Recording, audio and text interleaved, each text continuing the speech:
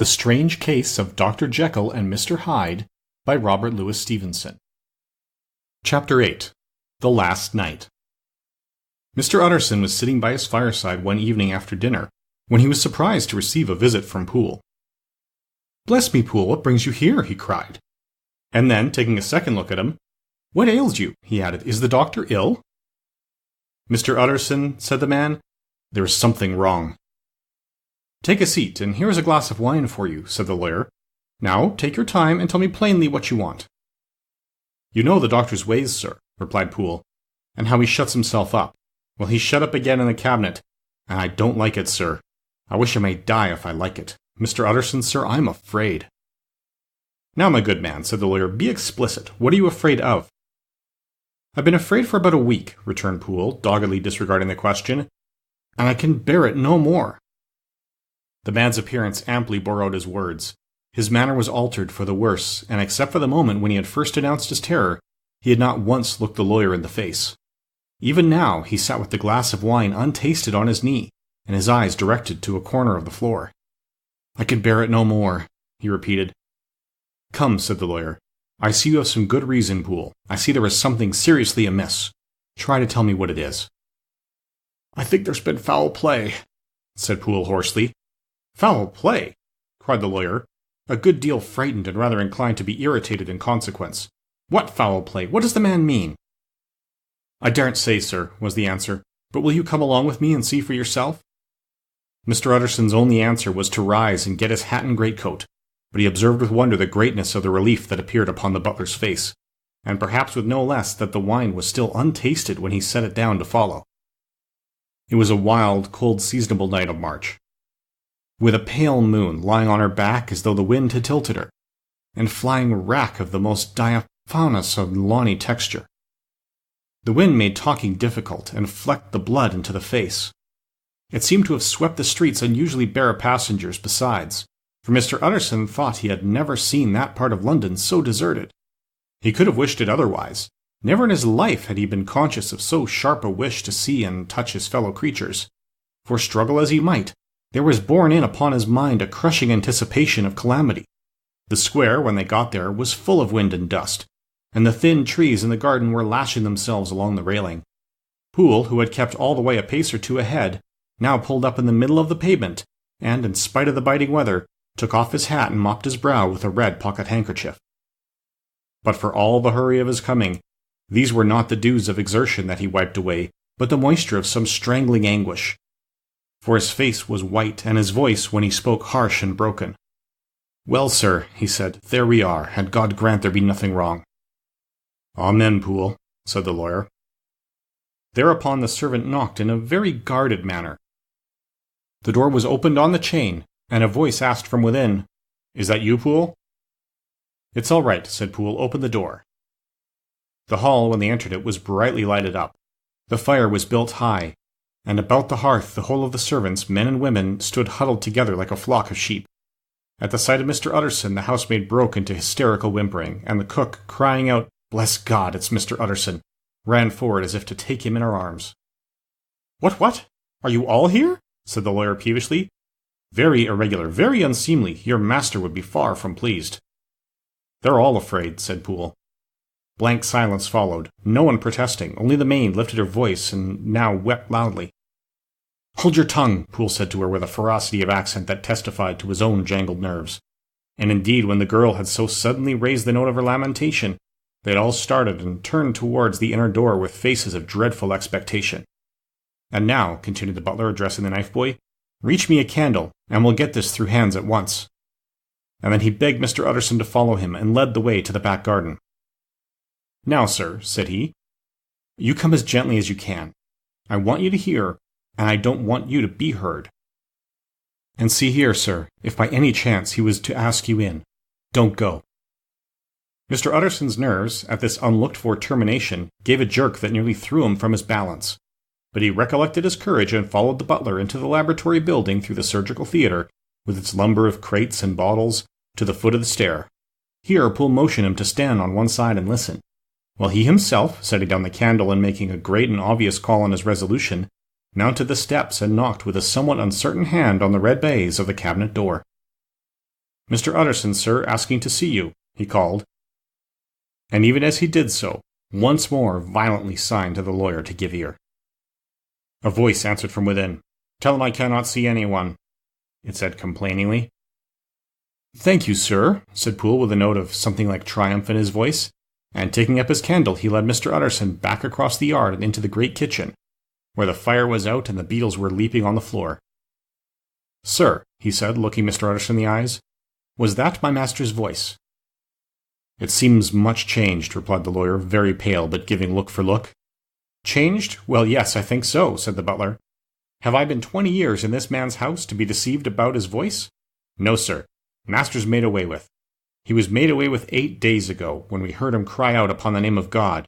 And who's in there instead of him, and why it stays there, is a thing that cries to heaven, Mr. Utterson." "This is a very strange tale, Poole."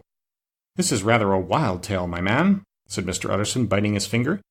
"Suppose it were as you suppose. Supposing Dr. Jekyll to have been, well, murdered, what could induce the murderer to stay? That won't hold water. It doesn't commend itself to reason." "Well, Mr. Utterson, you are a hard man to satisfy, but I'll do it yet," said Poole. "All this last week, you must know, him, or it, or whatever it is that lives in that cabinet, has been crying night and day for some sort of medicine, and cannot get it to his mind. It was sometimes his way, the master's that is, to write his orders on a sheet of paper and throw it on the stair. We've had nothing else this week back. Nothing but papers, and a closed door, and the very meals left there to be smuggled in when nobody was looking. Well, sir, every day, aye, and twice and thrice in the same day, there have been orders and complaints, and I've been sent flying to all the wholesale chemists in town. Every time I brought the stuff back, there would be another paper telling me to return it because it was not pure, and another order to a different firm. This drug is wanted bitter bad, sir, whatever for." "Have you any of these papers?" asked Mr. Utterson. Poole felt in his pocket and handed out a crumpled note, which the lawyer, bending nearer to the candle, carefully examined. Its contents ran thus. "Dr. Jekyll presents his compliments to Messrs. Maw. He assures them that their last sample is impure and quite useless for his present purpose. In the year 18... Dr. J. purchased a somewhat large quantity from Messrs. M. He now begs them to search with most sedulous care, and should any of the same quality be left, forward it to him at once. Expense is no consideration. The importance of this to Dr. J. can hardly be exaggerated." So far the letter had run composedly enough. But here, with a sudden splutter of the pen, the writer's emotion had broken loose. "For God's sake," he added, "find me some of the old." "This is a strange note," said Mr. Utterson, and then sharply, "How do you come to have it open?" "The man at Maw's was main angry, sir, and he threw it back to me like so much dirt," returned Poole. "This is unquestionably the doctor's hand, do you know?" resumed the lawyer. "I thought it looked like it," said the servant rather sulkily, and then with another voice, "But what matters hand of right?" he said. "I've seen him." "Seen him?" repeated Mr. Utterson. "Well?" "That's it," said Poole. "It was this way. I came suddenly into the theatre from the garden. It seems he had slipped out to look for this drug or whatever it is, for the cabinet door was open, and there he was at the far end of the room digging among the crates. He looked up when I came in, and gave a kind of cry, and whipped upstairs into the cabinet. It was but for 1 minute that I saw him, but the hair stood upon my head like quills. Sir, if that was my master... Why had he a mask upon his face? If it was my master, why did he cry out like a rat and run from me? I have served him long enough, and then... The man paused and passed his hand over his face. "These are all very strange circumstances," said Mr. Utterson, "but I think I begin to see daylight. Your master, Poole, is plainly seized with one of those maladies that both torture and deform the sufferer. Hence, for aught I know, the alteration of his voice. Hence the mask and the avoidance of his friends. Hence his eagerness to find this drug, by means of which the poor soul retains some hope of ultimate recovery. God grant that he be not deceived. There is my explanation. It is sad enough, Poole, aye, and appalling to consider. But it is plain and natural, hangs well together, and delivers us from all exorbitant alarms." "Sir," said the butler, turning to a sort of mottled pallor, "that thing was not my master, and there's the truth. My master," here he looked round him and began to whisper, "is a tall, fine build of a man, and this was more of a dwarf." Utterson attempted to protest. "Oh, sir," cried Poole, "do you think I do not know my master after 20 years? Do you think I do not know where his head comes to in the cabinet door, where I saw him every morning of my life? No, sir, that thing in the mask was never Dr. Jekyll. God knows what it was, but it was never Dr. Jekyll, and it is the belief of my heart that there was murder done." "Poole," replied the lawyer, "if you say that, it will become my duty to make certain. Much as I desire to spare your master's feelings, much as I am puzzled by this note which seems to prove him to be still alive, I shall consider it my duty to break in that door." "Ah, Mr. Utterson, that's talking," cried the butler. "And now comes the second question," resumed Utterson. "Who is going to do it?" "Why, you and me, sir," was the undaunted reply. "That's very well said," returned the lawyer, "and whatever comes of it, I shall make it my business to see you are no loser." "There's an axe in the theatre," continued Poole, "and you might take the kitchen poker for yourself." The lawyer took that rude but weighty instrument into his hand and balanced it. "Do you know, Poole," he said, looking up, "that you and I are about to place ourselves in a position of some peril?" "You may say so, sir, indeed," returned the butler. "It is well, then, that we should be frank," said the other. "We both think more than we have said. Let us make a clean breast. This masked figure that you saw, did you recognize it?" "Well, sir, it went so quick and the creature was so doubled up that I could hardly swear to that," was the answer. "But if you mean, was it Mr. Hyde?" "Why, yes, I think it was. You see, it was much of the same bigness. It had the same quick, light way with it. And then who else could have got in by the laboratory door? You have not forgot, sir, that at the time of the murder he still had the key with him? But that's not all. I don't know, Mr. Utterson, if you ever met this Mr. Hyde?" "Yes," said the lawyer, "I once spoke with him." "Then you must know as well as the rest of us here that there was something queer about that gentleman. Something that gave a man a turn. I don't know rightly how to say it, sir, beyond this, that you felt in your marrow kind of cold and thin." "I own I felt something of what you describe," said Mr. Utterson. "Quite so, sir," returned Poole. "Well, when that masked thing like a monkey jumped from among the chemicals and whipped into the cabinet, it went down my spine like ice. Oh, I know it's not evidence, Mr. Utterson, I'm book-learned enough for that. But a man has his feelings, and I give you my Bible word it was Mr. Hyde." "Aye, aye," said the lawyer. "My fears incline to the same point. Evil, I fear, founded. Evil was sure to come, of that connection." I believe you. I believe poor Harry is killed, and I believe his murderer, for what purpose God alone can tell, is still lurking in his victim's room." "Well, let our name be vengeance. Call Bradshaw." The footman came at the summons, very white and nervous. "Put yourself together, Bradshaw," said the lawyer. "This suspense, I know, was telling upon all of you. But it is now our intention to make an end of it. Poole here and I are going to force our way into the cabinet. If all is well, my shoulders are broad enough to bear the blame. Meanwhile, lest anything should really be amiss, or any malefactor seek to escape by the back, you and the boy must go round the corner with a pair of good sticks and take your posts at the laboratory door. We give you 10 minutes to get to your stations." As Bradshaw left, the lawyer looked at his watch. "And now, Poole, let us get to ours," he said, and, taking the poker under his arm, led the way into the yard. The scud had banked over the moon, and it was now quite dark. The wind, which only broke in puffs and draughts into that deep well of building, tossed the light of the candle to and fro about their steps until they came into the shelter of the theatre, where they sat down silently to wait. London hummed solemnly all around, but nearer at hand the stillness was only broken by the sounds of a footfall moving to and fro along the cabinet floor. "So it will walk all day, sir," whispered Poole. "Aye, and the better part of the night. Only when a new sample comes from the chemist there's a bit of a break. Ah, it's an ill conscience that's such an enemy to rest. Ah, sir, there's blood foully shed in every step of it. But hark again, a little closer. Put your heart in your ears, Mr. Utterson, and tell me, is that the doctor's foot?" The steps fell lightly and oddly, with a certain swing, for all they went so slowly. It was different indeed from the heavy, creaking tread of Henry Jekyll. Utterson sighed. "Is there never anything else?" he asked. Poole nodded. "Once," he said. "Once I heard it weeping." "Weeping? How that?" said the lawyer, conscious of a sudden chill of horror. "Weeping like a woman or a lost soul," said the butler. "I came away with that upon my heart, that I could have wept too." But now the 10 minutes drew to an end. Poole disinterred the axe from under a stack of packing straw. The candle was set upon the nearest table to light them to the attack, and they drew near with bated breath to where that patient foot was still going up and down in the quiet of the night. "Jekyll!" cried Utterson with a loud voice. "I demand to see you." He paused a moment, but there came no reply. "I give you fair warning, our suspicions are aroused, and I must and shall see you," he resumed. "If not by fair means, then by foul. If not on your consent, then by brute force." "Utterson," said the voice, "for God's sake have mercy." "Ah, that's not Jekyll's voice, it's Hyde's," cried Utterson. "Down with the door, Poole." Poole swung the axe over his shoulder. The blow shook the building, and the red baize door leaped against the lock and hinges. A dismal screech, as of mere animal terror, rang from the cabinet. Up went the axe again, and again the panels crashed and the frame bounded. 4 times the blow fell, but the wood was tough and the fittings were of excellent workmanship, and it was not until the 5th that the lock burst and the wreck of the door fell inwards on the carpet. The besiegers, appalled by their own riot and the stillness that had succeeded, stood back a little and peered in. There lay the cabinet before their eyes in the quiet lamplight, a good fire glowing and chattering on the hearth, the kettle singing its thin strain, a drawer or two open, papers neatly set forth on the business table, and nearer the fire the things laid out for tea.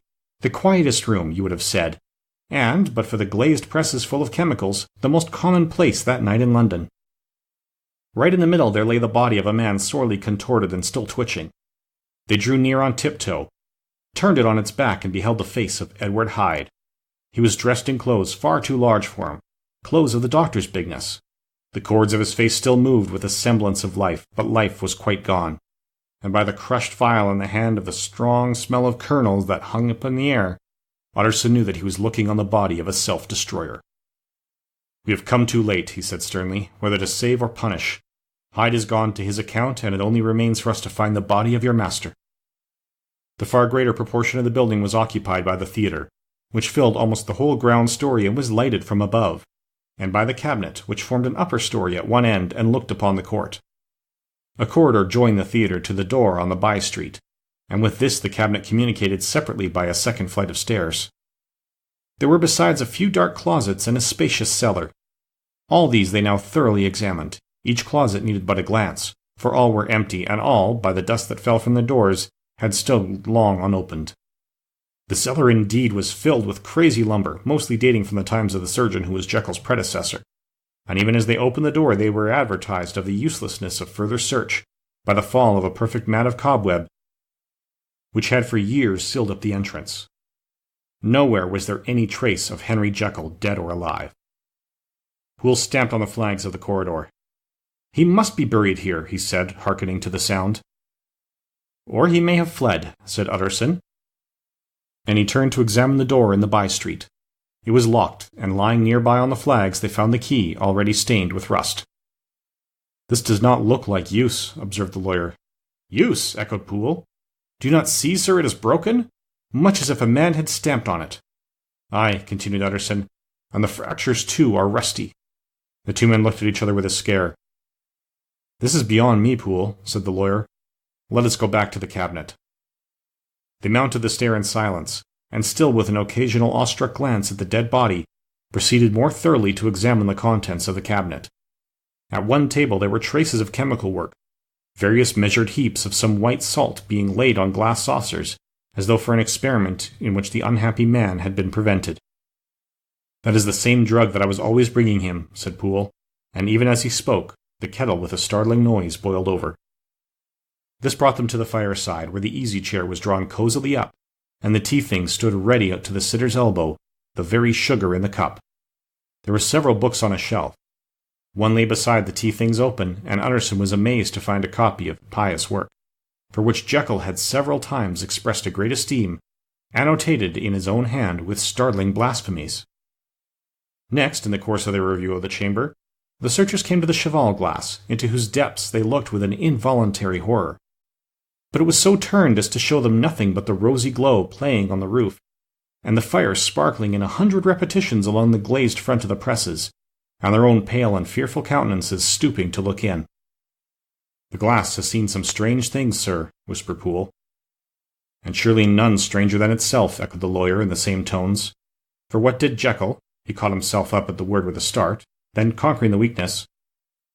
"What could Jekyll want with it?" he said. "You may say that," said Poole. Next they turned to the business table. On the desk, among the neat array of papers, a large envelope was uppermost and bore, in the doctor's hand, the name of Mr. Utterson. The lawyer unsealed it, and several enclosures fell to the floor. The first was a will, drawn in the same eccentric terms as the one which he had returned 6 months before, to serve as a testament in case of death and as a deed of gift in case of disappearance. but in place of the name of Edward Hyde, the lawyer, with an indescribable amazement, read the name of Gabriel John Utterson.